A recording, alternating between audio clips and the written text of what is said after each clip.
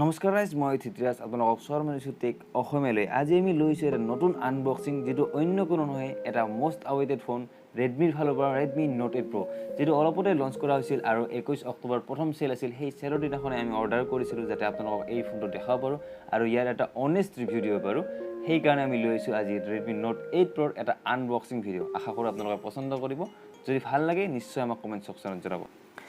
এইটো হ'ল Redmi note 8 Proৰ box. ওপৰত লিখা হৈছে ইণ্ডিয়াছ #1 স্মাৰ্টফোন ব্ৰেণ্ড আৰু আমাৰ হাতত আছে ইয়াৰ 6GB 128GB ষ্ট'ৰেজ ভেৰিয়েণ্ট আৰু তলত আপুনি দেখা পাব হাইলাইট কৰা হৈছে 64 মেগাপিক্সেলৰ কোৱাড কেমেৰা। মোৰ হাতত আছে ইয়াৰ চেলো হোৱাইট কালাৰ।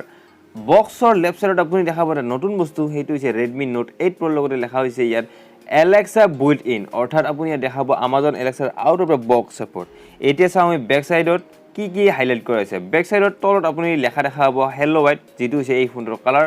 লগতে আছে 6GB 128GB ষ্ট'ৰেজ ভেৰিয়েণ্ট আৰু ইয়াত ওপৰত লেখা হৈছে মেড ইন ইণ্ডিয়া, অৰ্থাৎ ইণ্ডিয়াত বনোৱা হৈছে এই স্মাৰ্টফোনটো। ওপৰত ৰেডমি নোট 8ৰ লগত হাইলাইট কৰা হৈছে 64 মেগাপিক্সেলৰ আল্ট্ৰা হাই ৰিজলিউশ্যন কোৱাড কেমেৰা। লগতে আপুনি দেখা পাব হাই পাৰফৰ্মেঞ্চ হিলিঅ' G90 প্ৰচেছৰ কথাটো লেখা হৈছে ইয়াত আছে লিকুইড কুলিং। লগতে আপুনি ইয়াত দেখা পাব 4500 mAhৰ বেটাৰী। এতিয়া আমি কাটি লৈ আছিল আৰু খুলিছোঁ ইয়াৰ বক্সটো। বক্সৰ ভিতৰত প্ৰথমতে আপুনি দেখা পাব এটা বক্স। এতিয়া আমি চাওঁ ইয়াৰ বক্স কণ্টেইন। সৰু বক্সটো খুলিবলৈ লৈছোঁ। ইয়াত আপুনি দেখা পাব প্ৰথমতে চিম ইজেক্টৰ টুল, ভিতৰত আছে কিছু ডকুমেণ্টেশ্যন আৰু ইয়াত আছে এটা বেক কভাৰ, এটা ডিচেণ্ট কোৱালিটিৰ বেক কভাৰ বা টিপিউ কেছ বুলি ক'ব পাৰি। এইবাৰ আমি এইখিনি কৰিছোঁ ছাইড।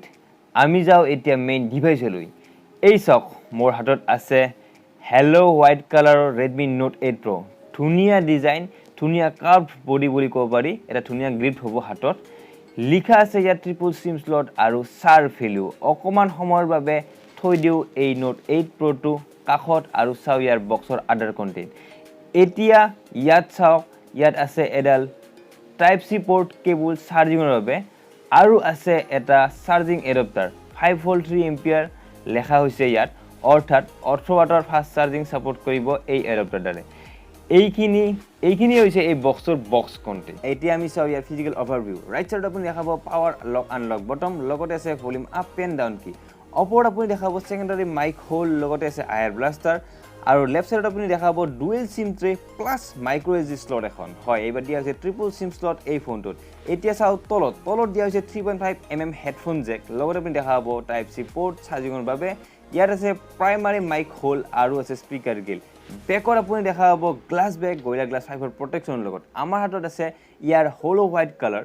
আপুনি ইয়াত দেখা পাব বেক চাইডত কোৱাড কেমেৰা ছেটআপ 64 মেগাপিক্সেলৰ প্ৰাইমাৰী চেন্সৰৰ লগত, লগতে আছে LED ফ্লাছ আৰু আছে ফিজিকেল ফিংগাৰপ্ৰিণ্ট স্কেনাৰটো। ফোনটো কৰিলেও এইবাৰ বুট আৰু ৰেপাৰকৈ এখন উলিয়াই লওঁ। ফ্ৰণ্টত দিয়া হৈছে এখন 6.53 ইঞ্চৰ IPS LCD ডিছপ্লে, য'ত আছে কৰ্ণিং গৰিলা গ্লাছ 5ৰ প্ৰটেকশ্যন। ইয়াত আছে এটা নচ, সৰু নচ, য'ত আপুনি দেখা পাব এটা 20 মেগাপিক্সেলৰ চেলফি কেমেৰা। ফোনটো হৈ গৈছে বুট। এইবাৰ কৰিলোঁ ফোনটো ছেটআপ আৰু এইখিনি সময়তে আমি চাই লওঁ ইয়াৰ বেক কভাৰটো লগাই কিনে। ফোনটোত ডিচেণ্ট কোৱালিটিৰ বেক কভাৰ দিয়া হৈছে ফোনটোত আৰু ই নিশ্চয় আপোনাৰ ফোনটোক কিবা এটা প্ৰটেকশ্যন দিব। ওপৰলৈ এটা বাম্প ওলাই আহিছে কভাৰটোৰ পৰা। বেকত যদি আমি চাওঁ, ই প্ৰায় আপোনাৰ কেমেৰা বাম্পটো কভাৰ কৰা দেখা গৈছে। ফোনটো হৈ গৈছে বুট। এতিয়া আমি চাওঁ ইয়াৰ UI ইণ্টাৰফেচ। ইয়াত আপুনি পাব MIUI 10ৰ ছাপোৰ্ট, খুবেই স্মুথ টাচ আৰু ইয়াৰ ইণ্টাৰফেচ বুলি ক'ব পাৰি। ইয়াত আপুনি দেখা পাব এটা ধুনীয়া ব্ৰাইটনেছ। মই এতিয়া আছোঁ ডে লাইট কণ্ডিশ্যনত শ্বুট কৰি আৰু আপোনালোকে নিশ্চয় দেখিবলৈ পাইছে ইয়াৰ ব্ৰাইটনেছ কেনেকুৱা। এইবাৰ আমি আগবাঢ়িছোঁ ইয়াৰ ছেটিংছলৈ। যাম আমি মাই ডিভাইচত।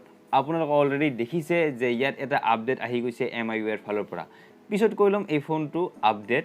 আমি এতিয়া যাওঁ ইয়াৰ এবাউট ছেকশ্যনলৈ। এবাউট ছেকশ্যনত আপুনি দেখা পাব নিশ্চয় MIUI গ্ল'বেল 10.4 ভাৰ্চন আছে ইয়াত আৰু ইয়াত আছে Android 9 Pie ছাপোৰ্ট। লগতে আপুনি দেখাব ইয়াত চিকিউৰিটি পেচ 2019 ছেপ্টেম্বৰ মাহত আৰু ইয়াত আপুনি পাব storage 115GB out of 128GB storage. এইবাৰ আমি চেক কৰিম ইয়াৰ ফিংগাৰপ্ৰিণ্ট স্কেনাৰ আৰু ফেচ আনলক আৰু ছেটআপ কৰি লওঁ ইয়াৰ ফিংগাৰপ্ৰিণ্ট আৰু ফেচ আনলক।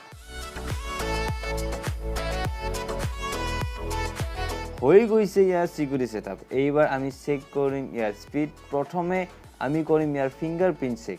আপোনালোকে নিজেই চাওক আৰু জনাওক মোক কিমান স্পীডত কাম কৰে ইয়াৰ ফিংগাৰপ্ৰিণ্ট স্কেনাৰে।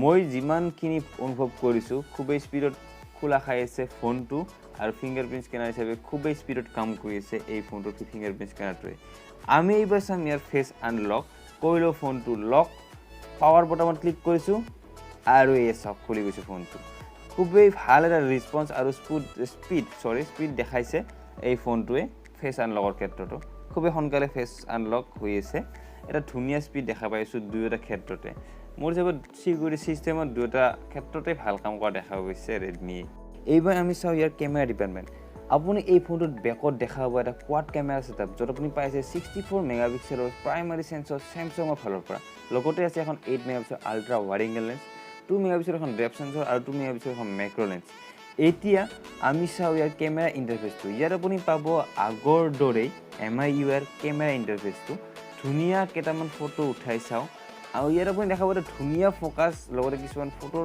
ধুনীয়া ব্ৰাইটনেস বা এটা কন্ট্ৰাস্ট লেভেল ধুনীয়া কিন্তু বহু অপচন আপুনি দেখাব এই কেমেৰা ডিপাৰ্টমেন্টত যত আপুনি পাইছে 64 মেগাপিক্সেলৰ বাবে এক্সট্ৰা কৈ অপচন লগতে আপুনি দেখাব ম্যাক্ৰো ফটোৰ বাবে এক্সট্ৰা অপচন আৰু আছে ইয়াত এটা প্ৰো মোড যত আপুনি ধুনীয়া ফটো ক্লিক কৰিব পাৰিব আছিল Redmi Note 8 Proৰ আনবক্সিং ইণ্ডিয়ান ৰিটেল বক্স ইউনিটৰ আজিৰ ভিডিওটো ইমানতে সমাপ্ত কৰিছো আশা কৰো আপোনালোকে ভিডিওটো পছন্দ কৰিব মই ঠিকৰে আপোনালোকৰ বিদায় মাগিছো জয় অসম